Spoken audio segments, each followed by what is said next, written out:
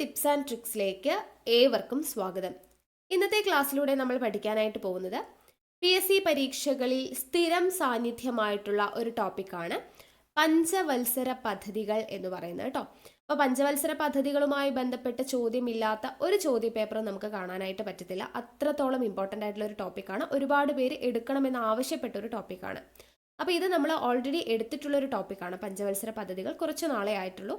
അപ്പോൾ അത്യാവശ്യം നല്ല രീതിയിൽ തന്നെ എക്സ്പ്ലെയിൻ ചെയ്ത് നമ്മൾ ക്ലാസ് എടുത്തിട്ടുള്ളതുമാണ്. അപ്പോൾ അതുകൊണ്ട് ഞാനത് വീണ്ടും ഷൂട്ട് ചെയ്യാതെ ആ ഒരു വീഡിയോ തന്നെയാണ് നിങ്ങൾക്ക് തരുന്നത്. മാക്സിമം പോയിന്റ്സ് ഉൾപ്പെടുത്തി മാക്സിമം ഡീറ്റെയിൽഡ് ആയിട്ട് തന്നെ പറഞ്ഞിട്ടുണ്ട്. അപ്പോൾ ക്ലാസ് മുഴുവനായിട്ടും കാണാം. ഇനി വരാനിരിക്കുന്ന എല്ലാ പരീക്ഷകൾക്ക് തയ്യാറെടുക്കുന്നവർക്കും ഒരുപോലെ യൂസ്ഫുൾ ആവുന്ന ഒരു ക്ലാസ്സാണ്. അപ്പോൾ ഈ ഹോട്ട് ടോപ്പിക്സിൻ്റെ ക്ലാസ് നമ്മൾ എല്ലാ ദിവസവും ഉച്ചയ്ക്ക് 1 മണിക്കാണ് കേട്ടോ അപ്ലോഡ് ചെയ്യുന്നത്. എല്ലാ ദിവസവും ഹോട്ട് ടോപ്പിക്സിൻ്റെ ക്ലാസ് ഉണ്ട്. പിന്നെ എല്ലാ ദിവസവും കാലത്ത് 6 മണിക്ക് കറണ്ട് അഫയേഴ്സിൻ്റെ ക്ലാസ് ഉണ്ട്. വരാനിരിക്കുന്ന എല്ലാ പരീക്ഷകൾക്ക് തയ്യാറെടുക്കുന്നവർക്കും യൂസ്ഫുൾ ആവുന്ന ക്ലാസ്സാണ്. പിന്നെ രാത്രി 8 മണിക്ക് നമുക്ക് ലൈവ് ഉണ്ട്. PYQ നിങ്ങൾക്ക് മോക്ക് ടെസ്റ്റിൻ്റെ രൂപത്തിൽ ഓരോ സബ്ജക്റ്റ് വൈസായിട്ട് ഡെയിലി അറ്റൻഡ് ചെയ്യാൻ വേണ്ടി പറ്റും ലൈവിൽ.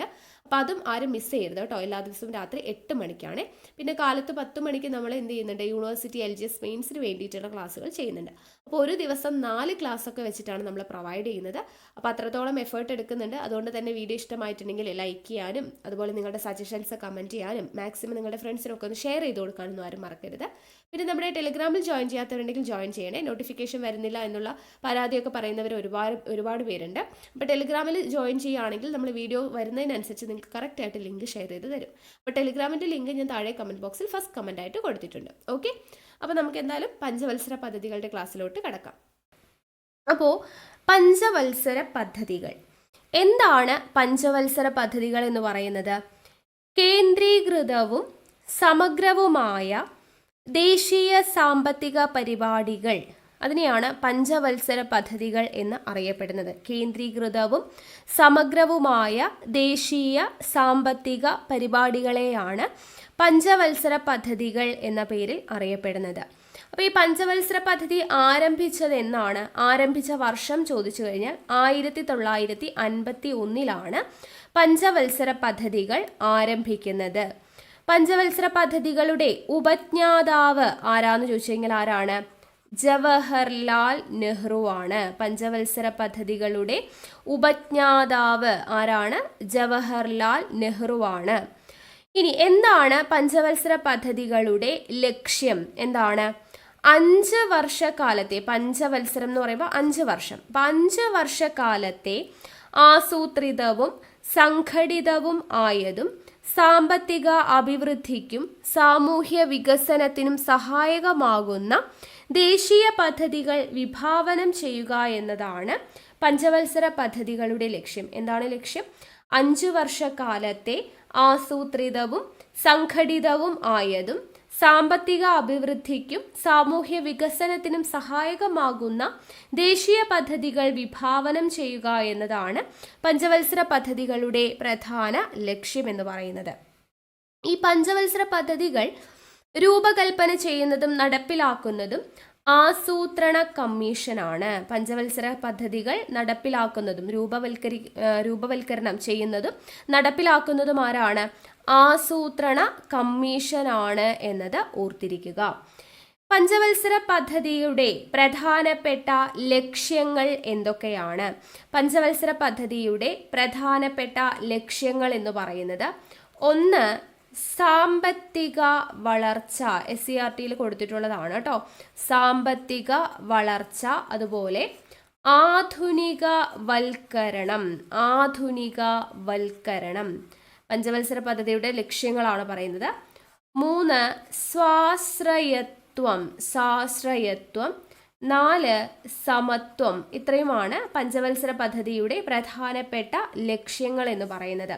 സാമ്പത്തിക വളർച്ച, ആധുനികവൽക്കരണം, സ്വാശ്രയത്വം, സമത്വം എന്നിവയാണ്. ഇത് നമുക്ക് ഡീറ്റെയിൽഡ് ആയിട്ട് പഠിക്കാനായിട്ടുണ്ട്. അതിനു മുന്നേ ഒരു കാര്യം പറഞ്ഞോട്ടെ.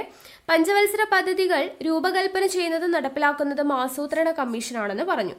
ഈ പഞ്ചവത്സര പദ്ധതികൾക്ക് അംഗീകാരം നൽകുന്നത് ആരാണ്? NDC ആണ്. നാഷണൽ ഡെവലപ്മെന്റ് കൗൺസിൽ ആണ്. ദേശീയ വികസന സമിതി. എന്താണ്? ദേശീയ വികസന സമിതി അഥവാ നാഷണൽ ഡെവലപ്മെന്റ് കൗൺസിലാണ് പഞ്ചവത്സര പദ്ധതികൾക്ക് അംഗീകാരം നൽകുന്നത്. ഈ ദേശീയ വികസന സമിതി സ്ഥാപിക്കപ്പെട്ടത് എന്നാണെന്ന് ചോദിക്കാറുണ്ട്. 1952 ഓഗസ്റ്റ് 6-നാണ്. 1952 ഓഗസ്റ്റ് 6-നാണ് ദേശീയ വികസന സമിതി സ്ഥാപിക്കപ്പെട്ടത്. NDCയുടെ അധ്യക്ഷൻ ആരാണ്? അധ്യക്ഷൻ പ്രധാനമന്ത്രിയാണ്. നാഷണൽ ഡെവലപ്മെന്റ് കൗൺസിൽ ദേശീയ വികസന സമിതിയുടെ അധ്യക്ഷൻ ആരാണ്? പ്രധാനമന്ത്രിയാണ് എന്നുള്ളത് ഓർത്തിരിക്കുക. ഇനി പഞ്ചവത്സര പദ്ധതി നമ്മൾ ഇന്ത്യൻ ഭരണഘടന കടമെടുത്തിരിക്കുന്നത് എവിടെ നിന്നാണ്? പഞ്ചവത്സര പദ്ധതി എന്ന ആശയം കടമെടുത്തിരിക്കുന്നത് USSRൽ നിന്നാണ് പഞ്ചവത്സര പദ്ധതി എന്ന ആശയം ഇന്ത്യ കടമെടുത്തിരിക്കുന്നത്. അപ്പോൾ ഈ പഞ്ചവത്സര പദ്ധതി ലോകത്ത് ആദ്യമായിട്ട് നടപ്പിലാക്കിയത് ആരാണ് എന്ന് ചോദിച്ചു കഴിഞ്ഞാൽ ജോസഫ് സ്റ്റാലിനാണ് പഞ്ചവത്സര പദ്ധതി ലോകത്ത് ആദ്യമായിട്ട് നടപ്പിലാക്കിയത്. അപ്പോൾ നമ്മൾ പറഞ്ഞു പഞ്ചവത്സര പദ്ധതിയുടെ പ്രധാനപ്പെട്ട ലക്ഷ്യങ്ങളാണ് സാമ്പത്തിക വളർച്ച, ആധുനികവൽക്കരണം, സ്വാശ്രയത്വം, സമത്വം എന്ന് പറയുന്നത്. അപ്പോൾ അതിൽ ഓരോന്നിനെയും കുറിച്ച് നമുക്ക് പഠിക്കണം. ആദ്യത്തേത് സാമ്പത്തിക വളർച്ച അഥവാ ഗ്രോത്ത് എന്ന് പറയുന്നത്. അപ്പോൾ സാമ്പത്തിക വളർച്ചയെക്കുറിച്ച് പറയുമ്പോൾ ചരക്കുകളും സേവനങ്ങളും ഉൽപ്പാദിപ്പിക്കുവാനുള്ള രാജ്യത്തിൻ്റെ ശേഷിയുടെ വർധനവിനെയാണ് സാമ്പത്തിക വളർച്ച എന്നുകൊണ്ട് സൂചിപ്പിക്കുന്നത്. ചരക്കുകളും സേവനങ്ങളും ഉൽപ്പാദിപ്പിക്കുവാനുള്ള രാജ്യത്തിൻ്റെ ശേഷി. ചരക്കുകളും സേവനങ്ങളും ഉൽപ്പാദിപ്പിക്കുവാനുള്ള രാജ്യത്തിൻ്റെ ശേഷി വർധനവിനെയാണ് സാമ്പത്തിക വളർച്ച എന്നതുകൊണ്ട് ഉദ്ദേശിക്കുന്നത്.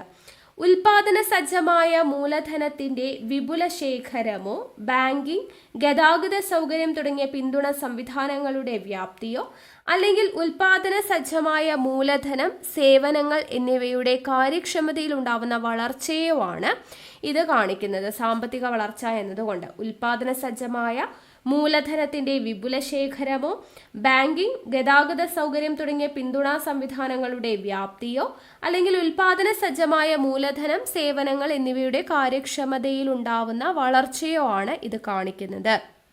അപ്പോൾ ഒരു വർഷം ഒരു രാജ്യത്തിനുള്ളിൽ ഉൽപ്പാദിപ്പിക്കപ്പെടുന്ന ചരക്കുകളുടെയും സേവനങ്ങളുടെയും വിപണി മൂല്യത്തെയാണ് എന്തെന്ന് പറയുന്നത്? GDP എന്ന് പറയുന്നത്. മൊത്ത ആഭ്യന്തര ഉൽപ്പന്നം. എന്താണ് മൊത്ത ആഭ്യന്തര ഉൽപ്പന്നം എന്ന് പറയുന്നത്? ഇമ്പോർട്ടൻ്റ് ആണ് കേട്ടോ. ഒരു വർഷം ഒരു രാജ്യത്തിനുള്ളിൽ ഉൽപ്പാദിപ്പിക്കുന്ന ചരക്കുകളുടെയും സേവനങ്ങളുടെയും വിപണി മൂല്യമാണ് മൊത്ത ആഭ്യന്തര ഉൽപ്പന്നം എന്ന് പറയുന്നത്. ഈ മൊത്ത ആഭ്യന്തര ഉൽപ്പന്നത്തിൽ ഉണ്ടാവുന്ന സ്ഥിരതയുള്ള വളർച്ച സാമ്പത്തിക വളർച്ചയുടെ ഒരു നല്ല സൂചകമാണ്. ഒരു സമ്പദ്ഘടനയുടെ മൊത്ത ആഭ്യന്തര ഉൽപ്പന്നം ലഭിക്കാവുന്നത് 3 മേഖലകളിൽ നിന്നാണ്. ഒരു സമ്പദ് വ്യവസ്ഥയുടെ GDP എന്ന് പറയുന്നത് കണക്കാക്കുന്നത് 3 മേഖലകളിൽ നിന്നാണ്. ഏതൊക്കെയാണ്? കാർഷിക മേഖല, 2 വ്യാവസായിക മേഖല, 3 സേവന മേഖല. കാർഷിക മേഖല, വ്യാവസായിക മേഖല, സേവന മേഖല എന്നിങ്ങനെ 3 മേഖലകളിൽ നിന്നാണ് ഒരു സമ്പദ്ഘടനയുടെ മൊത്ത ആഭ്യന്തര ഉൽപ്പന്നം ലഭ്യമാകുന്നത്. ഈ 3 മേഖലകളിൽ നിന്നുമുള്ള സംഭാവനയാണ് സമ്പദ്ഘടനയുടെ രൂപം നൽകുന്നത്. സമ്പദ്ഘടനയ്ക്ക് രൂപം നൽകുന്നത്. ചില രാജ്യങ്ങളിൽ കാർഷിക മേഖല മൊത്ത ആഭ്യന്തര ഉൽപാദനത്തിന്റെ വളർച്ചയ്ക്ക് കൂടുതൽ സംഭാവന ചെയ്യുമ്പോൾ മറ്റു ചില രാജ്യങ്ങളിൽ സേവന മേഖലയ്ക്കായിരിക്കും മുൻതൂക്കം. അപ്പോൾ ഇത്രയും കാര്യങ്ങൾ നമുക്ക് സാമ്പത്തിക വളർച്ചയുമായി ബന്ധപ്പെടുത്തിയിട്ട് അറിഞ്ഞിരിക്കണം. ഇനി അടുത്ത ലക്ഷ്യം എന്താണ്? ആധുനികവൽക്കരണം. അപ്പോൾ ആധുനികവൽക്കരണം എന്ന് പറഞ്ഞു കഴിഞ്ഞാൽ, മോഡേണൈസേഷൻ എന്ന് പറഞ്ഞു കഴിഞ്ഞാൽ എന്താണ്? പുത്തൻ സാങ്കേതിക വിദ്യ സ്വീകരിക്കുന്നതിനെയാണ് ആധുനികവൽക്കരണം എന്ന് പറയുന്നത്. പരമ്പരാഗത സമൂഹത്തിൽ പുരുഷന്മാർ ജോലി ചെയ്യുമ്പോൾ സ്ത്രീകൾ വീട്ടിനുള്ളിൽ തന്നെ കഴിയാൻ നിർബന്ധിതരാകുന്നു. എന്നാൽ ആധുനിക സമൂഹം എങ്ങനെയാണ്? സ്ത്രീകളുടെ കഴിവുകളെ ജോലിസ്ഥലങ്ങളിൽ പ്രയോജനപ്പെടുത്തുകയാണ് ചെയ്യുന്നത്. അപ്പോൾ പുത്തൻ സാങ്കേതിക വിദ്യ സ്വീകരിക്കുന്നതിനെ അറിയപ്പെടുന്നതാണ് ആധുനികവൽക്കരണം എന്ന് പറയുന്നത്. അടുത്ത ലക്ഷ്യം എന്തായിരുന്നു? സ്വാശ്രയത്വം അഥവാ സെൽഫ് റിലയൻസ് എന്ന് പറയുന്നത്. സെൽഫ് റിലയൻസ് എന്ന് വെച്ചാൽ ഒരു രാജ്യത്തിന് അതിൻ്റെ തന്നെ വിഭവങ്ങൾ ഉപയോഗിച്ചോ മറ്റു രാജ്യങ്ങളിൽ നിന്നും ഇറക്കുമതി ചെയ്ത വിഭവങ്ങൾ ഉപയോഗിച്ചോ സാമ്പത്തിക വളർച്ചയും ആധുനികവൽക്കരണവും മെച്ചപ്പെടുത്താം.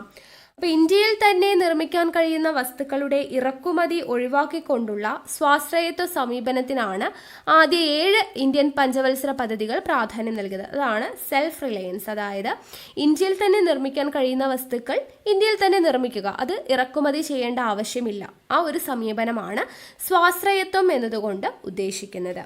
അടുത്തത് എന്താ? സമത്വം അഥവാ ഈക്വിറ്റി. അതായത് സാമ്പത്തിക അഭിവൃദ്ധിയുടെ നേട്ടങ്ങൾ സമ്പന്നരായ കുറച്ചുപേർ മാത്രം അനുഭവിക്കുന്നതിന് പകരം എന്ത് ചെയ്യണം? ദരിദ്ര വിഭാഗങ്ങൾക്കും കൂടെ ലഭ്യമാവുന്നുണ്ട് എന്ന് ഉറപ്പുവരുത്തണം. അതിനെയാണ് സമത്വം എന്ന് പറയുന്നത്. ഓക്കെ, അപ്പോൾ ഇത്രയുമാണ് പഞ്ചവത്സര പദ്ധതികളുടെ പ്രധാനപ്പെട്ട ലക്ഷ്യങ്ങൾ എന്ന് പറയുന്നത്. ഓക്കെ, അപ്പോൾ ഇനി നമുക്ക് എത്ര പഞ്ചവത്സര പദ്ധതികളുണ്ട്? 12 പഞ്ചവത്സര പദ്ധതികളുണ്ട്. പഞ്ചവത്സര പദ്ധതികളെക്കുറിച്ച് ഓരോന്നായിട്ടും ഡീറ്റെയിൽഡ് ആയിട്ട് നോക്കാം. ആദ്യം ഒന്നാം പഞ്ചവത്സര പദ്ധതി. ഒന്നാം പഞ്ചവത്സര പദ്ധതിയുടെ കാലഘട്ടം എത്രയാ? 1951 മുതൽ 56 വരെയാണ് ഒന്നാം പഞ്ചവത്സര പദ്ധതിയുടെ കാലഘട്ടം എന്ന് പറയുന്നത്. ഈ ഒന്നാം പഞ്ചവത്സര പദ്ധതി പാർലമെന്റിൽ അവതരിപ്പിച്ചത് ആരാണ്? ജവഹർലാൽ നെഹ്റു ആണ്. ഒന്നാം പഞ്ചവത്സര പദ്ധതി പാർലമെന്റിൽ അവതരിപ്പിച്ചത് ആരാണ് എന്ന് ചോദിച്ചു കഴിഞ്ഞാൽ ജവഹർലാൽ നെഹ്റു ആണ്. 1951 ഡിസംബർ 8-നാണ് പാർലമെന്റിൽ അവതരിപ്പിച്ചത്. ഒന്നാം പഞ്ചവത്സര പദ്ധതി പാർലമെന്റിൽ അവതരിപ്പിച്ചത് ജവഹർലാൽ നെഹ്റു ആണ്. എപ്പോഴാണ് അവതരിപ്പിച്ചത്? 1951 ഡിസംബർ 8-നാണ്. അപ്പോൾ ഒന്നാം പഞ്ചവത്സര പദ്ധതി ആരംഭിച്ചത് എന്നാന്ന് ചോദിച്ചു കഴിഞ്ഞാൽ 1951 ഏപ്രിൽ 1-നാണ്. 1951 ഏപ്രിൽ 1-നാണ് ഒന്നാം പഞ്ചവത്സര പദ്ധതി ആരംഭിക്കുന്നത്. ഇന്ത്യയിൽ വൻകിട ജലസേചന പദ്ധതികൾ ആരംഭിച്ച പഞ്ചവത്സര പദ്ധതിയാണ് ഒന്നാം പഞ്ചവത്സര പദ്ധതി. ഇന്ത്യയിൽ വൻകിട ജലസേചന പദ്ധതികൾ ആരംഭിച്ച പഞ്ചവത്സര പദ്ധതിയാണ് ഒന്നാം പഞ്ചവത്സര പദ്ധതി. ആദ്യത്തെ ഇന്ത്യൻ പഞ്ചവത്സര പദ്ധതിയിൽ പ്രഥമ പരിഗണന ലഭിച്ചത് എന്തിനായിരുന്നു? കൃഷിയാണ്. ഒന്നാം പഞ്ചവത്സര പദ്ധതിയിൽ പ്രഥമ പരിഗണന എന്ന് പറയുന്നത് കൃഷിക്കായിരുന്നു. അതുകൊണ്ട് തന്നെ ഈ പഞ്ചവത്സര പദ്ധതി അറിയപ്പെട്ടിരുന്നത് എങ്ങനെയാണ്? കാർഷിക പദ്ധതി എന്ന പേരിലാണ് അറിയപ്പെട്ടിരുന്നത്. കൃഷിക്ക് പ്രഥമ പരിഗണന നൽകിയത് കൊണ്ട് തന്നെ കാർഷിക പദ്ധതി എന്നതാണ് അറിയപ്പെട്ടിരുന്നത്. ഒന്നാം പഞ്ചവത്സര പദ്ധതി ഊന്നൽ നൽകിയ മേഖലകൾ ചോദിച്ചു കഴിഞ്ഞാൽ 1 കൃഷി, 2 ജലസേചനം. ഇത് ഇമ്പോർട്ടൻ്റ് ആണ്. ഒന്നാം പഞ്ചവത്സര പദ്ധതി ഊന്നൽ നൽകിയ മേഖലകൾ കൃഷിയും ജലസേചനവുമാണ്. ഒന്നാം പഞ്ചവത്സര പദ്ധതി അറിയപ്പെട്ടിരുന്നത് ഏത് മാതൃക എന്നാണ് അറിയപ്പെട്ടിരുന്നത്? ഹരോൾഡ് ഡോമർ മാതൃക എന്ന പേരിലാണ് ഒന്നാം പഞ്ചവത്സര പദ്ധതി അറിയപ്പെട്ടിരുന്നത്. ഒന്നാം പഞ്ചവത്സര പദ്ധതിയുടെ ആമുഖം തയ്യാറാക്കിയ മലയാളിയാണ് ആര്? Doctor K N. രാജാണ് ഒന്നാം പഞ്ചവത്സര പദ്ധതിയുടെ ആമുഖം തയ്യാറാക്കിയ മലയാളി എന്ന് പറയുന്നത്. ഈ ഒന്നാം പഞ്ചവത്സര പദ്ധതിയുടെ കരട് രൂപം പ്രസിദ്ധീകരിച്ചത് എന്നാന്ന് ചോദിച്ചു കഴിഞ്ഞാൽ 1951 ഡിസംബറിലാണ് ഒന്നാം പഞ്ചവത്സര പദ്ധതിയുടെ കരട് രൂപം പ്രസിദ്ധീകരിച്ചത്. ഇനി ഇന്ത്യ ആദ്യ 2 ദശകങ്ങളിൽ സാവധാനം മുന്നേറണമെന്നും ദ്രുതഗതിയിലുള്ള വികസനം ജനാധിപത്യത്തെ അപകടത്തിലാക്കുമെന്നും വാദിച്ചത് ആരാണ്? കെ.എൻ. രാജാണ്. ഒന്നാം പഞ്ചവത്സര പദ്ധതിയുടെ ആമുഖം തയ്യാറാക്കിയ മലയാളിയായ ഡോക്ടർ കെ.എൻ. രാജ് പറഞ്ഞ വാക്കുകളാണ്. എന്താ? ഇന്ത്യ 2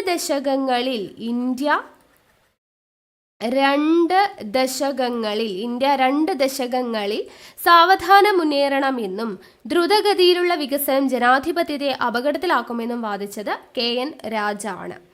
ഈ ഒന്നാം പഞ്ചവത്സര പദ്ധതിയുടെ പ്രധാനപ്പെട്ട ലക്ഷ്യം എന്ന് പറയുന്നത് കാർഷിക മേഖലയുടെ സമഗ്ര വികസനം എന്നുള്ളതാണ്. അതുപോലെ രാജ്യത്തെ ദാരിദ്ര്യ ചക്രത്തിൽ നിന്ന് മോചിപ്പിക്കുക എന്നതുമാണ്. 1952 ഒക്ടോബർ 2-ന് കമ്മ്യൂണിറ്റി ഡെവലപ്മെന്റ് പ്രോഗ്രാം അതുപോലെ കുടുംബാസൂത്രണം ഇത് രണ്ടും ആവിഷ്കരിച്ചത് ഒന്നാം പഞ്ചവത്സര പദ്ധതി കാലഘട്ടത്തിലാണ്. കമ്മ്യൂണിറ്റി ഡെവലപ്മെന്റ് പ്രോഗ്രാം, കുടുംബാസൂത്രണം എന്നിവ ആവിഷ്കരിച്ചത് ഒന്നാം പഞ്ചവത്സര പദ്ധതിയുടെ കാലഘട്ടത്തിലാണ്. കേരളത്തിൽ തോട്ടപ്പള്ളി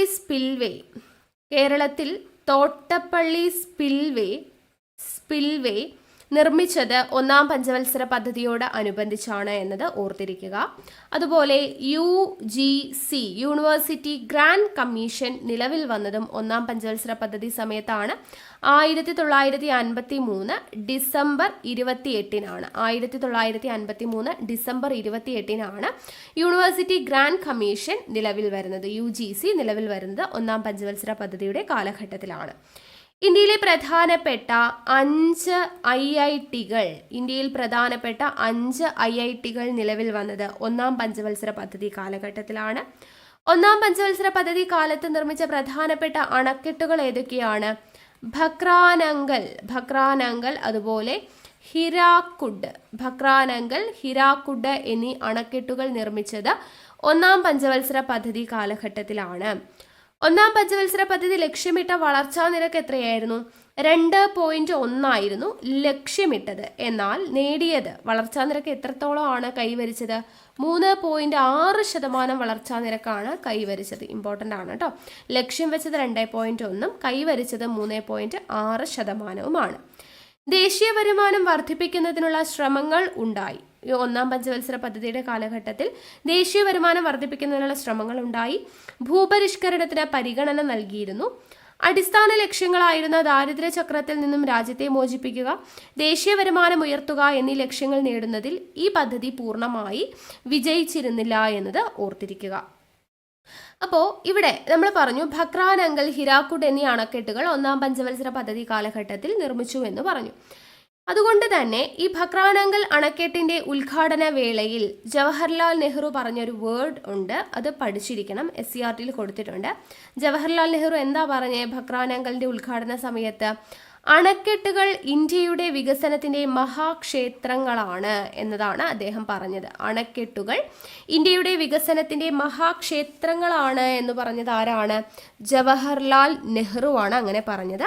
ഭക്രാനങ്കൽ അണക്കെട്ടിന്റെ ഉദ്ഘാടന വേളയിലാണ് അദ്ദേഹം അങ്ങനെ പറഞ്ഞത്. ഓക്കെ, അപ്പോൾ ഇത്രയും കാര്യങ്ങളാണ് നമുക്ക് ഒന്നാം പഞ്ചവത്സര പദ്ധതിയുമായി ബന്ധപ്പെടുത്തിയിട്ട് പഠിക്കാനായിട്ടുള്ളത്. ഓക്കെ, ക്ലിയർ അല്ലേ? അടുത്തത് രണ്ടാം പഞ്ചവത്സര പദ്ധതി. രണ്ടാം പഞ്ചവത്സര പദ്ധതിയുടെ കാലഘട്ടം 1956 മുതൽ 61 വരെയാണ്. രണ്ടാം പഞ്ചവത്സര പദ്ധതി ഊന്നൽ നൽകിയത് എന്തിനാണ്?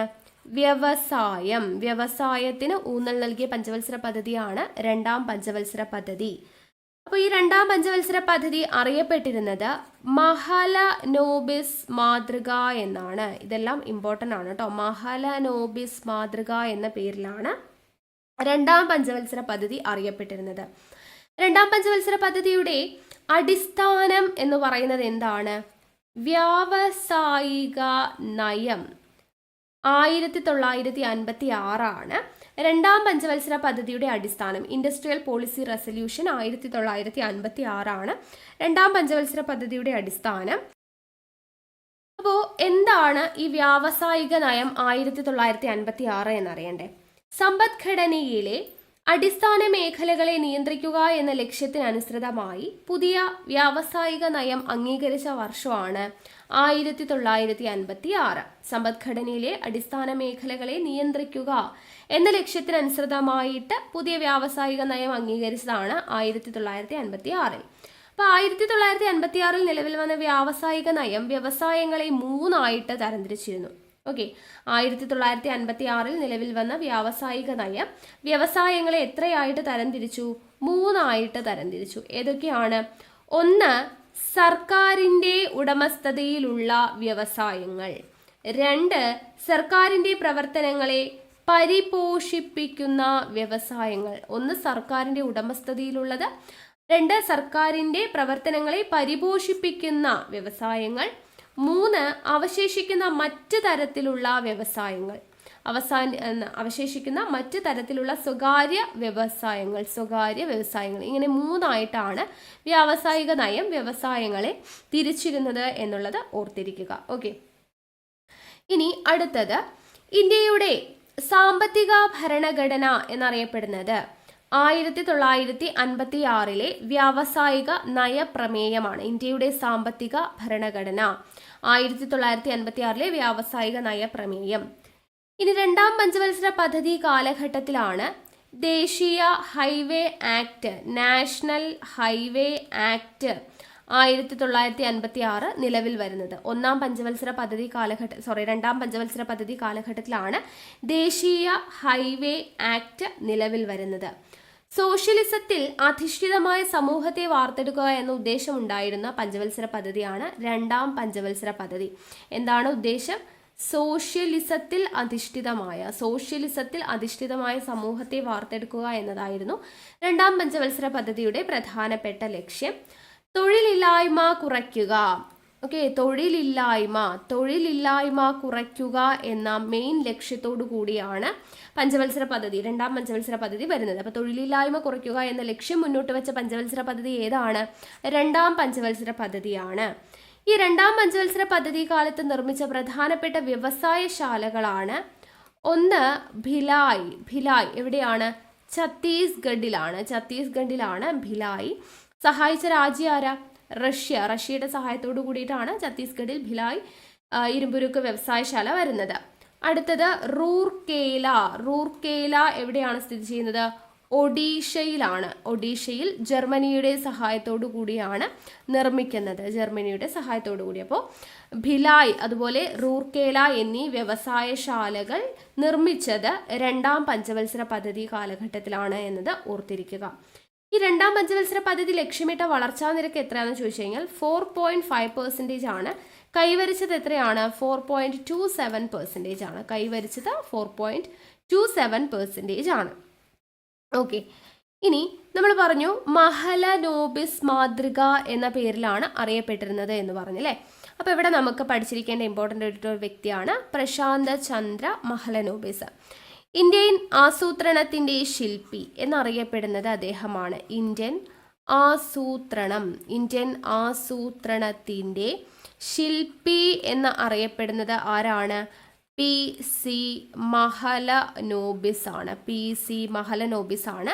ഇന്ത്യൻ ആസൂത്രണത്തിൻ്റെ ശില്പി എന്ന പേരിൽ അറിയപ്പെടുന്നത്.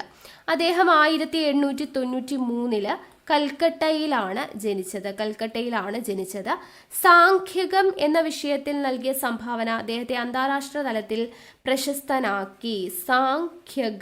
സാംഖ്യകം അഥവാ സ്റ്റാറ്റിസ്റ്റിക്സ് എന്ന് പറയുന്ന വിഷയത്തിൽ നൽകിയ അദ്ദേഹത്തിന്റെ സംഭാവന അദ്ദേഹത്തെ അന്താരാഷ്ട്ര തലത്തിൽ പ്രശസ്തനാക്കി. ഇതെല്ലാം SCERT ഫാക്ട്സ് ആണ് കേട്ടോ.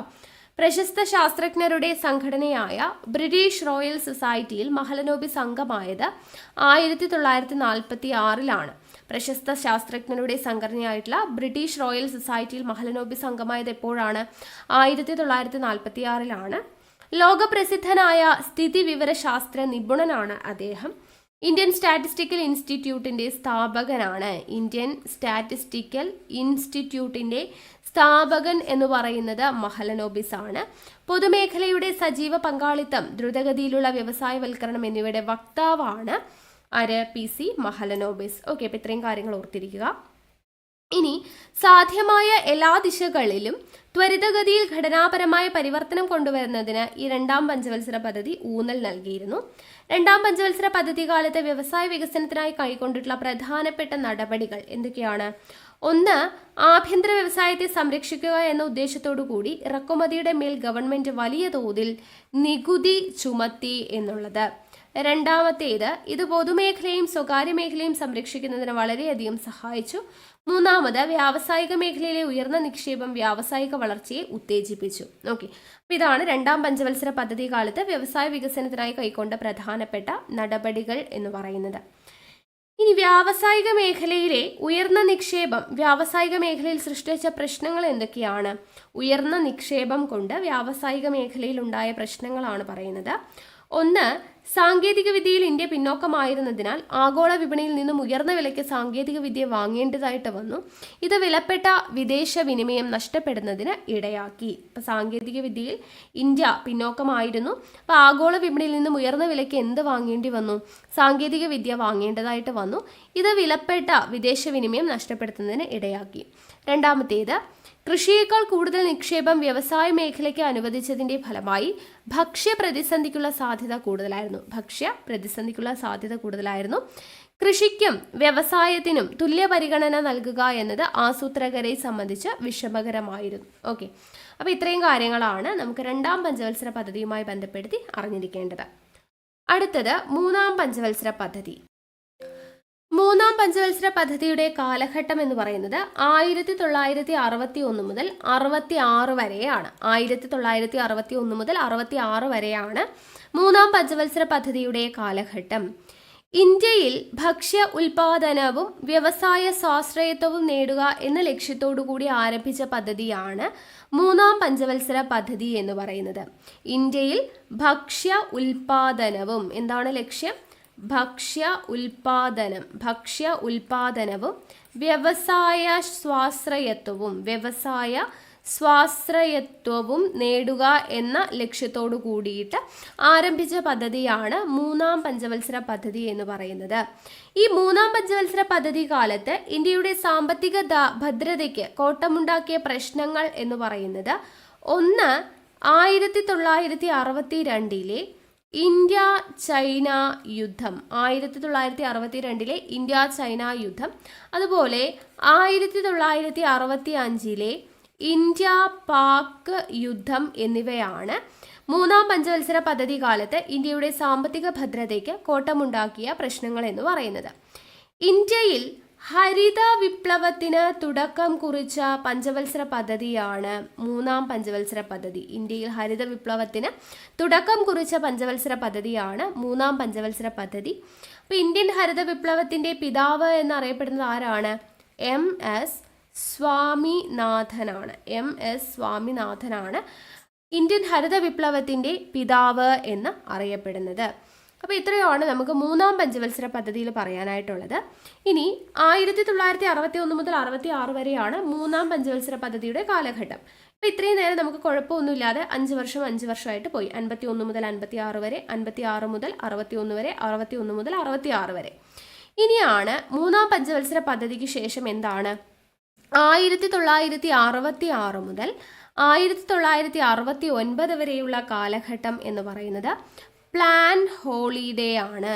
പ്ലാൻ ഹോളിഡേ ആണ് 1966 മുതൽ 69 വരെ. അപ്പോൾ ഇന്ത്യയിൽ പ്ലാൻ ഹോളിഡേ പ്രഖ്യാപിച്ചത് എന്താണെന്ന് ചോദിച്ചെങ്കിൽ 1966 to 69 ഇന്ത്യയിൽ പ്ലാൻ ഹോളിഡേ എന്ന് പറയുന്നത്.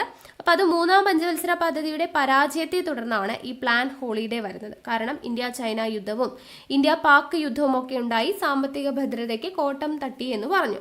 അപ്പോൾ അങ്ങനെ മൂന്നാം പഞ്ചവത്സര പദ്ധതിയുടെ പരാജയത്തെ തുടർന്നാണ് ഈ പ്ലാൻ ഹോളിഡേ വരുന്നത്. മൂന്നാം പഞ്ചവത്സര പദ്ധതിക്ക് ശേഷം വന്ന സാമ്പത്തിക പ്രശ്നങ്ങൾ ഏറെക്കുറെ പരിഹരിക്കപ്പെട്ടത് ഈ പ്ലാൻ ഹോളിഡേ കാരണമാണ്. അതായത് പ്ലാൻ ഹോളിഡേ എന്ന് പറഞ്ഞു കഴിഞ്ഞാൽ ഇവിടെ നടപ്പിലാക്കുന്ന എന്താണ്? വാർഷിക പദ്ധതികളാണ്. അപ്പം ഇവിടെ നടത്തിയ 3 വാർഷിക പദ്ധതികളിലൂടെയാണ് മൂന്നാം പഞ്ചവത്സര പദ്ധതിക്ക് ശേഷം വന്ന സാമ്പത്തിക പ്രശ്നങ്ങൾ പരിഹരിക്കപ്പെട്ടത്. ഈ പ്ലാൻ ഹോളിഡേ പ്രഖ്യാപിച്ച് വാർഷിക പദ്ധതികൾ നടപ്പിലാക്കിയ പ്രധാനമന്ത്രി ആരാന്ന് ചോദിച്ചു കഴിഞ്ഞാൽ ആരാണ്? ഇന്ദിരാഗാന്ധിയാണ് പ്ലാൻ ഹോളിഡേ പ്രഖ്യാപിച്ച വാർഷിക പദ്ധതികൾ നടപ്പിലാക്കിയ പ്രധാനമന്ത്രി. ഓക്കെ, അടുത്തത് നാലാം പഞ്ചവത്സര പദ്ധതി. അപ്പോൾ 1966 മുതൽ 69 വരെ എന്തായിരുന്നു? പ്ലാൻ ഹോളിഡേ ആയിരുന്നു. അപ്പോൾ 69 നിന്നാണ് സ്റ്റാർട്ട് ചെയ്യുന്നത്. 69 മുതൽ 74 വരെയാണ് നാലാം പഞ്ചവത്സര പദ്ധതിയുടെ കാലഘട്ടം എന്ന് പറയുന്നത്. നാലാം പഞ്ചവത്സര പദ്ധതി സമയത്ത് ഇന്ത്യൻ പ്രധാനമന്ത്രി ആരാന്ന് ചോദിച്ചു കഴിഞ്ഞാൽ ആരാണ്? ഇന്ദിരാഗാന്ധിയാണ്. നാലാം പഞ്ചവത്സര പദ്ധതി സമയത്ത് ഇന്ത്യൻ പ്രധാനമന്ത്രി ഇന്ദിരാഗാന്ധിയാണ്. നാലാം പഞ്ചവത്സര പദ്ധതി ഊന്നൽ നൽകുന്നത് എന്തിനാ? ദുർബല വിഭാഗങ്ങളുടെ ഉന്നമനത്തിനാണ് ഊന്നൽ നൽകിയത്. നാലാം പഞ്ചവത്സര പദ്ധതി കാലത്ത് ഇന്ദിരാഗാന്ധി ഗവൺമെന്റ് ദേശസാൽക്കരിച്ച ബാങ്കുകളുടെ എണ്ണം. അപ്പോൾ ബാങ്ക് ദേശസാൽക്കരണം നടന്ന പഞ്ചവത്സര പദ്ധതിയാണ് നാലാം പഞ്ചവത്സര പദ്ധതി. എത്ര ബാങ്കുകളാണ്? 14 ബാങ്കുകളാണ് ദേശസാൽക്കരിച്ചത്. ഏത് ഗവൺമെന്റ്?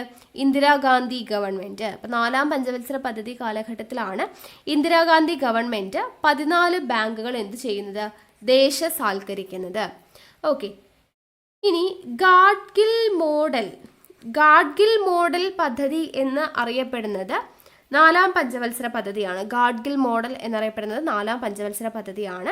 അപ്പോൾ ചില സമയത്ത് PSC പരീക്ഷകളിൽ PSCയുടെ ഉത്തരസൂചിക പ്രകാരം ഗാഡ്ഗിൽ യോജന മൂന്നാം പഞ്ചവത്സര പദ്ധതി കാലഘട്ടത്തിലാണെന്നും പറയാറുണ്ട്. അപ്പോൾ അത് നിങ്ങൾ ഓപ്ഷൻസ് നോക്കിയിട്ട് വേണം ആൻസർ ചെയ്യാനായിട്ട് കേട്ടോ. അപ്പോൾ നാലാം പഞ്ചവത്സര പദ്ധതിയാണ് ഗാഡ്ഗിൽ മോഡൽ എന്നറിയപ്പെടുന്നത്. PSCയുടെ ഉത്തരസൂചിക പ്രകാരം മൂന്നാം പഞ്ചവത്സര പദ്ധതി എന്നതാണ് പറയുന്നത്. ഇനി 1971 ഇന്ത്യ പാക് യുദ്ധവും ബംഗ്ലാദേശിന്റെ രൂപീകരണവും നടന്നത് നാലാം പഞ്ചവത്സര പദ്ധതി കാലഘട്ടത്തിലാണ്. എന്തൊക്കെയാണ്? 1971 ഇന്ത്യ പാക് യുദ്ധം, അതുപോലെ തന്നെ ബംഗ്ലാദേശിന്റെ രൂപീകരണം ഇത് രണ്ടും നടന്നത് നാലാം പഞ്ചവത്സര പദ്ധതി കാലഘട്ടത്തിലാണ് എന്നത് ഓർത്തിരിക്കുക. സാമ്പത്തികമായും സാങ്കേതിക നിക്ഷേപങ്ങളിലും സ്വാശ്രയത്വം നേടുക എന്നതായിരുന്നു നാലാം പഞ്ചവത്സര പദ്ധതിയുടെ പ്രധാന ലക്ഷ്യം. ഏതൊക്കെ മേഖലകളിലാണ്?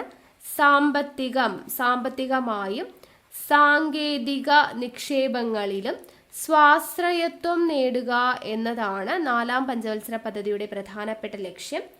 പാലുൽപാദനം വർദ്ധിപ്പിക്കുന്നതിനായിട്ട് ഓപ്പറേഷൻ ഫ്ലഡ്, പാല് ഉൽപാദനം വർദ്ധിപ്പിക്കുന്നതിനായിട്ട് ഓപ്പറേഷൻ ഫ്ലഡ് ആരംഭിച്ച പഞ്ചവത്സര പദ്ധതിയാണ് നാലാം പഞ്ചവത്സര പദ്ധതി എന്ന് പറയുന്നത്. ഓക്കെ, ഇത് നടപ്പിലാക്കിയത് നാഷണൽ ഡയറി ഡെവലപ്മെന്റ് ബോർഡാണ്. ഈ നാലാം പഞ്ചവത്സര പദ്ധതി ലക്ഷ്യമിട്ട വളർച്ചാ നിരക്ക് എത്രയാണ്? 5.6% ലക്ഷ്യമിട്ടത്. എന്നാൽ കൈവരിച്ചത് 3.3%. ഓക്കെ, അപ്പോൾ ഇത്രയുമാണ് നാലാം പഞ്ചവത്സര പദ്ധതിയുമായി ബന്ധപ്പെടുത്തി പഠിക്കാനുള്ളത്. അടുത്തത് അഞ്ചാം പഞ്ചവത്സര പദ്ധതി. അഞ്ചാം പഞ്ചവത്സര പദ്ധതിയുടെ കാലഘട്ടം 1974 മുതൽ 78 വരെയാണ്. 1974 മുതൽ 78 വരെയാണ് അഞ്ചാം പഞ്ചവത്സര പദ്ധതി. അഞ്ചാം പഞ്ചവത്സര പദ്ധതിയുടെ പ്രധാന ലക്ഷ്യം എന്ന് പറയുന്നത് എന്താണ്? ദാരിദ്ര്യ നിർമ്മാർജ്ജനമാണ്. അഞ്ചാം പഞ്ചവത്സര പദ്ധതിയുടെ പ്രധാനപ്പെട്ട ലക്ഷ്യമാണ് ദാരിദ്ര്യ നിർമ്മാർജ്ജനം. മറ്റ് ലക്ഷ്യങ്ങൾ എന്ന് പറയുന്നത് കാർഷിക വൃദ്ധിയിലും പ്രതിരോധ മേഖലയിലും സ്വാശ്രയത്വം നേടുക. കാർഷിക മേഖലയിലും പ്രതിരോധ മേഖലയിലും സ്വാശ്രയത്വം നേടുക. അഞ്ചാം പഞ്ചവത്സര പദ്ധതി തയ്യാറാക്കിയത് DP ധർ ആണ്. അഞ്ചാം പഞ്ചവത്സര പദ്ധതി തയ്യാറാക്കിയത് ആരാണ്? DP ധർ ആണ്. വൈദ്യുത വിതരണ നിയമം ഭേദഗതി ചെയ്തത് അഞ്ചാം പഞ്ചവത്സര പദ്ധതി കാലഘട്ടത്തിലാണ്. 1975 വൈദ്യുത വിതരണ നിയമം ഭേദഗതി ചെയ്തത്. വൈദ്യുത വിതരണ നിയമം ഭേദഗതി ചെയ്ത വർഷം 1975 അഞ്ചാം പഞ്ചവത്സര പദ്ധതിയുടെ കാലഘട്ടത്തിലാണ്. ഇന്ദിരാഗാന്ധിയുടെ പ്രശസ്തമായ ഗരീബി ഹട്ടാവോ എന്ന മുദ്രാവാക്യം എന്തുമായി ബന്ധപ്പെട്ടിരിക്കുന്നു എന്ന് ചോദിച്ചു കഴിഞ്ഞാൽ അഞ്ചാം പഞ്ചവത്സര പദ്ധതിയുമായി ബന്ധപ്പെട്ടിരിക്കുന്നു. ഇന്ദിരാഗാന്ധിയുടെ പ്രശസ്തമായ മുദ്രാവാക്യമാണ് ഗരീബി ഹട്ടാവോ എന്ന് പറയുന്ന മുദ്രാവാക്യം. അത് അഞ്ചാം പഞ്ചവത്സര പദ്ധതിയുമായി ബന്ധപ്പെട്ടിരിക്കുന്നു. ജോലിക്ക് കൂലി ഭക്ഷണം എന്ന പദ്ധതി ആരംഭിച്ചതും അഞ്ചാം പഞ്ചവത്സര പദ്ധതി കാലഘട്ടത്തിൽ ആരംഭിച്ചതാണ്. ജോലിക്ക് കൂലി ഭക്ഷണം എന്ന് പറയുന്ന പദ്ധതി അതും അഞ്ചാം പഞ്ചവത്സര പദ്ധതിയുടെ കാലഘട്ടത്തിലാണ് ആരംഭിച്ചത്. കാർഷികോൽപാദനവും ജലവിതരണവും ലക്ഷ്യമാക്കിക്കൊണ്ട് കമാൻഡ് ഏരിയ ഡെവലപ്മെന്റ് ആരംഭിച്ച പദ്ധതി എന്ന് പറയുന്നത് ഏതാണ്? പഞ്ചവത്സര പദ്ധതിയാണ്. കാർഷികോൽപാദനവും ജലവിതരണവും ലക്ഷ്യമാക്കിക്കൊണ്ട് കമാൻഡ് ഏരിയ ഡെവലപ്മെന്റ് പദ്ധതി ആരംഭിച്ച പഞ്ചവത്സര പദ്ധതിയാണ് അഞ്ചാം പഞ്ചവത്സര പദ്ധതി എന്ന് പറയുന്നത്. ഇന്ത്യയിൽ 20 ദിന പരിപാടികൾ ആരംഭിച്ചത് അഞ്ചാം പഞ്ചവത്സര പദ്ധതിയുടെ കാലഘട്ടത്തിലാണ്. 1975 ആരാണ് ആരംഭിച്ചത്? ഇന്ദിരാഗാന്ധിയാണ്. ഇന്ത്യയിൽ 20 ദിന പരിപാടികൾ ആരംഭിച്ചത് ഇന്ദിരാഗാന്ധിയാണ്. വർഷം 1975 അഞ്ചാം പഞ്ചവത്സര പദ്ധതിയുടെ കാലഘട്ടത്തിലാണ്. അതുപോലെ തന്നെ ICDS സംയോജിത ശിശു വികസന സേവന പദ്ധതി നിലവിൽ വന്നതും അഞ്ചാം പഞ്ചവത്സര പദ്ധതിയുടെ കാലഘട്ടത്തിലാണ്. 1975 ഒക്ടോബർ 2 ICDS നിലവിൽ വന്നത്. മൊറാർജി ദേശായി ഗവൺമെന്റ് അധികാരത്തിൽ വന്നതോട് കൂടിയിട്ട് അഞ്ചാം പഞ്ചവത്സര പദ്ധതി എന്ത് ചെയ്തു? നിർത്തിവെച്ചു. അപ്പോൾ 74 മുതൽ 78 വരെയാണ്. എന്തുകൊണ്ടാണ്? ശരിക്കും പറഞ്ഞാൽ 5 വർഷമാണ്. അപ്പോൾ ഇവിടെ 79 വരെയാണ് വരേണ്ടത്. പക്ഷെ ഇവിടെ 78 വെച്ചിട്ട് നിർത്തിവെച്ചു. അപ്പോൾ ബാക്കിയുള്ള 1 വർഷമുണ്ട് അല്ലേ? അപ്പോൾ കാലാവധി പൂർത്തിയായിട്ടില്ല. അപ്പോൾ കാലാവധി പൂർത്തിയാക്കാത്ത ഏക പഞ്ചവത്സര പദ്ധതിയാണ് ഏത്? അഞ്ചാം പഞ്ചവത്സര പദ്ധതി. കാലാവധി പൂർത്തിയാക്കിയിട്ടില്ല. അപ്പോൾ അവിടെ 1 വർഷത്തെ ഗ്യാപ്പ് വന്നിട്ടുണ്ട് അല്ലേ? അപ്പോൾ ഇവിടെ 78 വെച്ച് നിർത്തി. പിന്നെ 79, 80. അപ്പോൾ ആറാം പഞ്ചവത്സര പദ്ധതി തുടങ്ങുന്നത് 80-ലാണ്. അപ്പോൾ ആ ഇടയ്ക്ക് വരുന്ന ആ ഒരു ഗ്യാപ്പ് ഉണ്ടല്ലോ, അതിനെയാണ് നമ്മൾ റോളിംഗ് പ്ലാൻ എന്ന് പറയുന്നത്. എന്താണ് റോളിംഗ് പ്ലാൻ? എവിടെ മുതലാണ്? 1978 മുതൽ 80 വരെയുള്ളതാണ് റോളിംഗ് പ്ലാൻ എന്ന് പറയുന്നത്. ഈ റോളിംഗ് പ്ലാനിൻ്റെ കാലഘട്ടം എന്ന് പറഞ്ഞിട്ട് ചോദിക്കാറുണ്ട്. 1978 മുതൽ 80 വരെയാണ്. റോളിംഗ് പ്ലാൻ എന്ന് പറയുന്ന ആശയം ആദ്യമായി അവതരിപ്പിച്ചത് ആരാണ്? ഗുണാർ മിർദാലാണ് റോളിംഗ് പ്ലാൻ എന്ന് പറയുന്ന ആശയം ആദ്യമായിട്ട് അവതരിപ്പിച്ചത്. ഈ റോളിംഗ് പ്ലാൻ നടപ്പിലാക്കിയത് ഏത് ഗവൺമെൻറ് ആണ്? മൊറാർജി ദേശായിയുടെ നേതൃത്വത്തിലുള്ള ജനതാ ഗവൺമെൻറ് ആണ് നടപ്പിലാക്കിയത്. ജനതാ ഗവൺമെൻറ് ആണ് റോളിംഗ് പ്ലാൻ നടപ്പിലാക്കിയത് എന്നതും ഓർത്തിരിക്കുക. ഓക്കെ, അപ്പോൾ ഇത്രയായി കഴിഞ്ഞാൽ 5ാം പഞ്ചവത്സര പദ്ധതി ഓക്കെ ആയിട്ടുണ്ട്. അടുത്തത് 6ാം പഞ്ചവത്സര പദ്ധതി. 6ാം പഞ്ചവത്സര പദ്ധതിയുടെ കാലഘട്ടം എന്ന് പറയുന്നത് 1980 മുതൽ 85 വരെയാണ്. 1978 മുതൽ 80 വരെ റോളിംഗ് പ്ലാൻ ആണെന്ന് പറഞ്ഞു. 80 മുതൽ 85 വരെയാണ് 6ാം പഞ്ചവത്സര പദ്ധതി. അപ്പോൾ 6ാം പഞ്ചവത്സര പദ്ധതി പ്രധാനമായും ലക്ഷ്യമിട്ടിരുന്നത് എന്തൊക്കെയാണ്? ദാരിദ്ര്യ നിർമാർജനം, അതുപോലെ സാങ്കേതിക വിദ്യ നവീകരിക്കുക, പട്ടിണി നിരക്ക് കുറയ്ക്കുക, ജനസംഖ്യാ വളർച്ചാ നിയന്ത്രണം ഇതൊക്കെയാണ് 6ാം പഞ്ചവത്സര പദ്ധതിയുടെ പ്രധാനപ്പെട്ട ലക്ഷ്യങ്ങൾ. ദാരിദ്ര്യ നിർമാർജനം, സാങ്കേതിക വിദ്യ നവീകരിക്കുക, പട്ടിണി നിരക്ക് കുറയ്ക്കുക, ജനസംഖ്യാ വളർച്ചാ നിയന്ത്രണം ഇതൊക്കെയാണ് 6ാം പഞ്ചവത്സര പദ്ധതിയുടെ പ്രധാനപ്പെട്ട ലക്ഷ്യങ്ങൾ. ഇനി 6ാം പഞ്ചവത്സര പദ്ധതി കാലഘട്ടത്തിലാണ് NREP national rural employment programme, അതുപോലെ തന്നെ RLEGP എന്താ? Rural landless employment guarantee programme, അതുപോലെ IRDP integrated rural development programme എന്നിവ നടപ്പിലാക്കിയത് 6ാം പഞ്ചവത്സര പദ്ധതി കാലഘട്ടത്തിലാണ്. നാഷണൽ റൂറൽ എംപ്ലോയ്മെന്റ് പ്രോഗ്രാം, അതുപോലെ rural landless employment guarantee programme, integrated rural development programme ഇത്രയും പ്രോഗ്രാമുകൾ നടപ്പിലാക്കിയത് 6ാം പഞ്ചവത്സര പദ്ധതിയുടെ കാലഘട്ടത്തിലാണ്. ഇനി DWCRA എന്താണ്? Development of woman and child in rural areas ആരംഭിച്ചത് 6ാം പഞ്ചവത്സര പദ്ധതിയുടെ കാലഘട്ടത്തിലാണ് എന്നത് ഓർത്തിരിക്കുക. ഓക്കെ, അപ്പോൾ ഇത്രയും നമുക്ക് 6ാം പഞ്ചവത്സര പദ്ധതിയുമായി ബന്ധപ്പെടുത്തിയിട്ട് അറിഞ്ഞിരിക്കാനുള്ളൂ. കാലഘട്ടം, അതിൻ്റെ ലക്ഷ്യങ്ങൾ, അതുപോലെ പദ്ധതികൾ ഏതൊക്കെയാണ്? NREP, RLEGP, IRDP, DWCRA ഇത്രയും പദ്ധതികൾ 6ാം പഞ്ചവത്സര പദ്ധതി കാലഘട്ടത്തിലാണ് വന്നത് എന്നത് ഓർത്തിരിക്കുക. അടുത്തത് 7ാം പഞ്ചവത്സര പദ്ധതി. 7ാം പഞ്ചവത്സര പദ്ധതിയുടെ കാലഘട്ടം 1985 മുതൽ 1990 വരെയാണ് 7ാം പഞ്ചവത്സര പദ്ധതിയുടെ കാലഘട്ടം. 7ാം പഞ്ചവത്സര പദ്ധതി പ്രഖ്യാപിക്കുമ്പോൾ പ്രധാനമന്ത്രി ആരായിരുന്നു? രാജീവ് ഗാന്ധി ആയിരുന്നു. 7ാം പഞ്ചവത്സര പദ്ധതി പ്രഖ്യാപിക്കുമ്പോൾ പ്രധാനമന്ത്രി. അപ്പോൾ 7ാം പഞ്ചവത്സര പദ്ധതിയുടെ പ്രധാനപ്പെട്ട ലക്ഷ്യങ്ങൾ എന്തൊക്കെയാണ്? 1. ഭക്ഷ്യ ഉൽപ്പന്നങ്ങളുടെ ഉൽപാദനം ത്വരിതപ്പെടുത്തുക എന്നുള്ളത്. 2. കൂടുതൽ തൊഴിലവസരങ്ങൾ സൃഷ്ടിക്കുക എന്നുള്ളതും ലക്ഷ്യമാണ്. ഇനി NREP നമ്മൾ നേരത്തെ പറഞ്ഞില്ലേ, NREP അതുപോലെ തന്നെ RLEGP. ഈ NREP നാഷണൽ റൂറൽ എംപ്ലോയ്മെന്റ് പ്രോഗ്രാമും RLEGP rural landless employment guarantee programme ഇത് രണ്ടും കൂടെ ലയിപ്പിച്ചുകൊണ്ട് എന്ത് ഫോം ചെയ്തു? JRY ജവഹർ റോസ്ഗാർ യോജന നടപ്പിലാക്കി. ഏത് വർഷമാണ്? 1989 ഏപ്രിൽ 1 ഓക്കെ. അപ്പോൾ NREPയും RLEGPയും കൂടെ യോജിപ്പിച്ച് JRY രൂപീകരിച്ചു. എന്താണിത്? NREP നാഷണൽ റൂറൽ എംപ്ലോയ്മെന്റ് പ്രോഗ്രാമും RLEGP rural landless employment guarantee പ്രോഗ്രാമും കൂടെ ലയിപ്പിച്ച JRY അതായത് ജവഹർ റോസ്ഗാർ യോജന നടപ്പിലാക്കി 1989 ഏപ്രിൽ 1 എന്നുള്ളത് ഓർത്തിരിക്കുക. ഇന്ത്യക്ക് വാർത്താവിനിമയ ഗതാഗത മേഖലകളിൽ പുരോഗതി കൈവരിക്കാൻ സാധിച്ച പദ്ധതി ഏതാണ് എന്ന് ചോദിച്ചു കഴിഞ്ഞാൽ അത് 7ാം പഞ്ചവത്സര പദ്ധതിയാണ്. ഇന്ത്യക്ക് വാർത്താവിനിമയ രംഗത്ത്, വാർത്താവിനിമയ ഗതാഗത മേഖലകളിൽ പുരോഗതി കൈവരിക്കാൻ സാധിച്ചത് 7ാം പഞ്ചവത്സര പദ്ധതിയുടെ കാലത്താണ്. ഈ വാർത്താവിനിമയ രംഗത്ത് പുരോഗതി കൈവരിക്കാൻ നേതൃത്വം കൊടുത്ത സാങ്കേതിക ഉപദേഷ്ടാവ് ആരാണ് എന്ന് ചോദിച്ചു കഴിഞ്ഞാൽ സാം പിത്രോഡയാണ് കേട്ടോ. സാം പിത്രോഡയാണ് വാർത്താവിനിമയ രംഗത്ത് പുരോഗതി കൈവരിക്കാൻ നേതൃത്വം കൊടുത്ത സാങ്കേതിക ഉപദേഷ്ടാവ് എന്ന് പറയുന്നത്. അപ്പോൾ 1985 മുതൽ 90 വരെയാണ് 7ാം പഞ്ചവത്സര പദ്ധതി.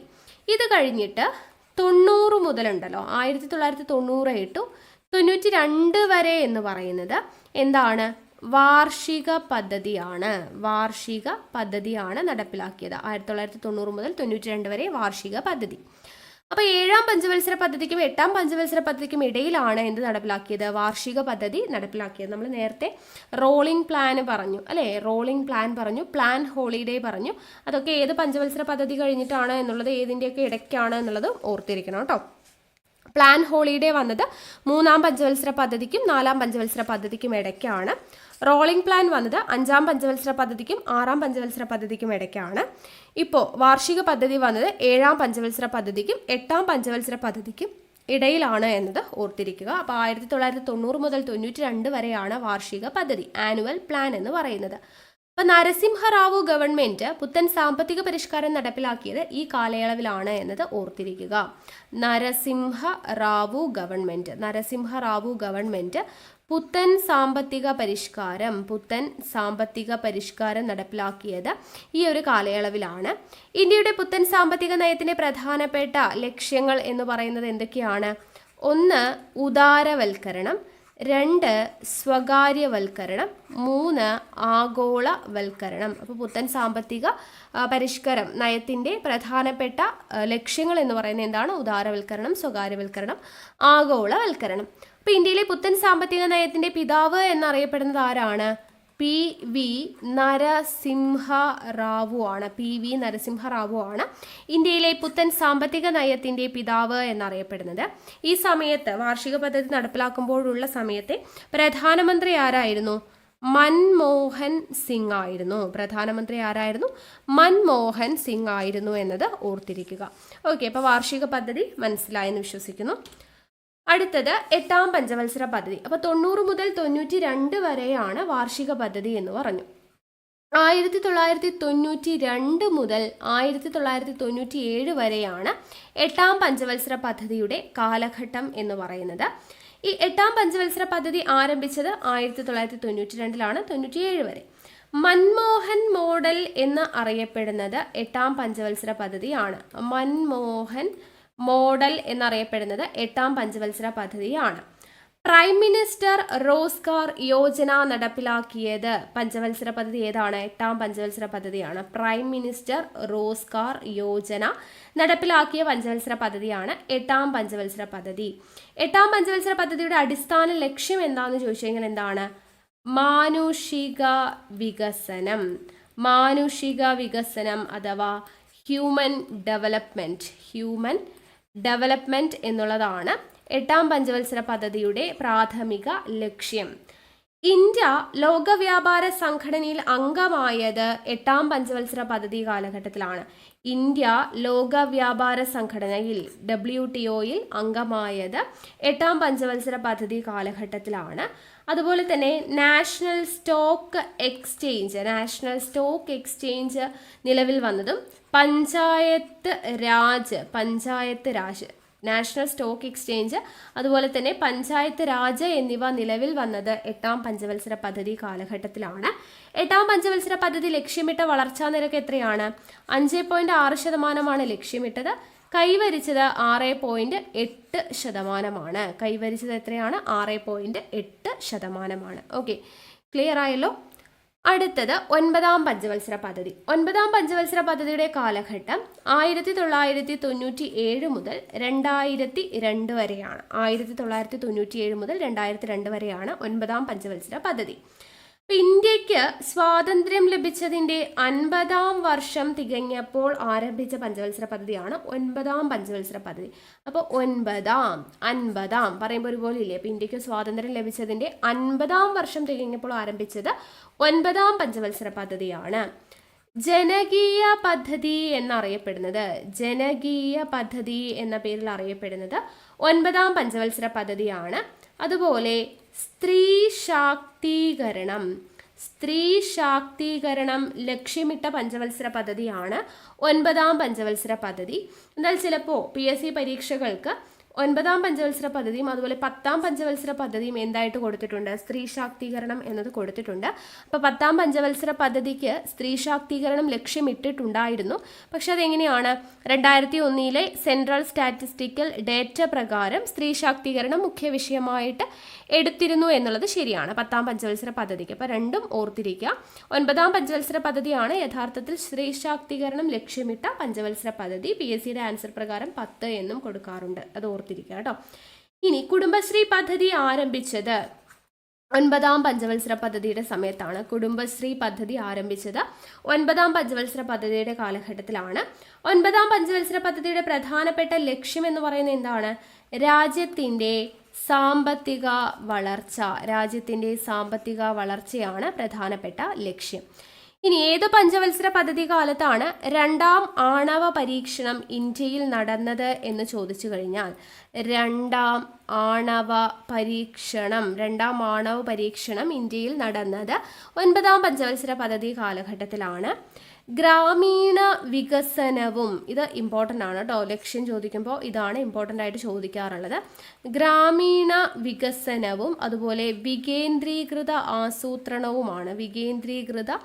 ആസൂത്രണവുമാണ് പ്രധാനപ്പെട്ട ലക്ഷ്യം എന്ന് പറയുന്നത്. 9ാം പഞ്ചവത്സര പദ്ധതി ലക്ഷ്യമിട്ട അത് എത്ര ശതമാനമാണ് വളർച്ച, 6.5% ലക്ഷ്യമിട്ടത്. കൈവരിച്ചത് 5.4%. കൈവരിച്ച വളർച്ചാ നിരക്ക് എത്രയാണ്, 5.4% എന്നത് ഓർത്തിരിക്കുക. ഓക്കെ, ക്ലിയർ ആയെന്ന് വിശ്വസിക്കുന്നു. അടുത്തത് 10ാം പഞ്ചവത്സര പദ്ധതി കാലഘട്ടം എത്രയാണ്, 2002 മുതൽ 2007 വരെയാണ് 10ാം പഞ്ചവത്സര പദ്ധതിയുടെ കാലഘട്ടം. അപ്പോൾ പറഞ്ഞു സ്ത്രീ ശാക്തീകരണത്തിൻ്റെ കാര്യം പറഞ്ഞില്ലേ നമ്മൾ. അപ്പോൾ ഇന്ത്യയുടെ 10ാം പഞ്ചവത്സര പദ്ധതിയിൽ സ്ത്രീ ശാക്തീകരണം മുഖ്യ വിഷയമായിട്ട് എടുത്തിരുന്നു. അതിന് കാരണം എന്താണ്, 2001 സെൻട്രൽ സ്റ്റാറ്റിസ്റ്റിക്കൽ ഡാറ്റ അനുസരിച്ചിട്ടാണ്. 2001 സെൻട്രൽ സ്റ്റാറ്റിസ്റ്റിക്കൽ ഡാറ്റ പ്രകാരം സ്ത്രീ ശാക്തീകരണം മുഖ്യ വിഷയമായിട്ട് എടുത്തിരുന്നു. 10ാം പഞ്ചവത്സര പദ്ധതിയുടെ പ്രധാനപ്പെട്ട ലക്ഷ്യങ്ങൾ എന്തൊക്കെയാണ്, ആദായകരമായതും ഗുണമേന്മയുള്ളതുമായ തൊഴിലവസരങ്ങൾ സൃഷ്ടിക്കുക. ആദായകരമായതും അതുപോലെ ഗുണമേന്മയുള്ളതുമായിട്ടുള്ള തൊഴിലവസരങ്ങൾ സൃഷ്ടിക്കുക. വർഷം തോറും 8% GDP വളർച്ചാ നിരക്ക് കൈവരിക്കുക. വർഷം തോറും 8% GDP വളർച്ചാ നിരക്ക് കൈവരിക്കുക. ഇനി 10ാം പഞ്ചവത്സര പദ്ധതി അറിയപ്പെട്ടിരുന്ന പേരാണ് കേരള മോഡൽ വികസന പദ്ധതി. കേരള മോഡൽ വികസന പദ്ധതി എന്ന പേരിൽ അറിയപ്പെട്ടിരുന്നത് 10ാം പഞ്ചവത്സര പദ്ധതിയാണ്. ഈ 10ാം പഞ്ചവത്സര പദ്ധതി ലക്ഷ്യമിട്ട വളർച്ചാ നിരക്ക് എന്ന് പറയുന്നത് 8.1% ലക്ഷ്യമിട്ടത്. കൈവരിച്ചത് 7.7%. കൈവരിച്ചത് 7.7%. ഓക്കെ, ക്ലിയർ ആയല്ലോ.